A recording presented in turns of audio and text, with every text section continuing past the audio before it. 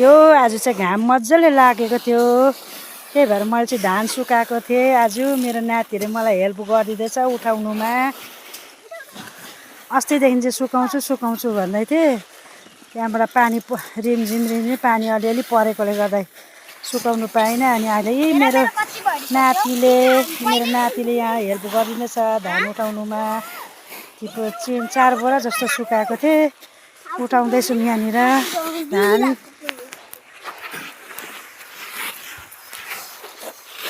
अब उठाउनु पर्यो, अब मेरो नातिहरू पनि सघाउँदैछ, म पनि उठाउनु पर्यो। यहाँनिर सबैले उयो गर्दैछ, म पनि उठाउनु पर्यो। सक्यो आज मजाले घाम लागेको, धान चाहिँ सुकाइहालौँ भनेर नि। अब यति भएपछि ढुक्क भएर कति महिनालाई ढुक्क भयो।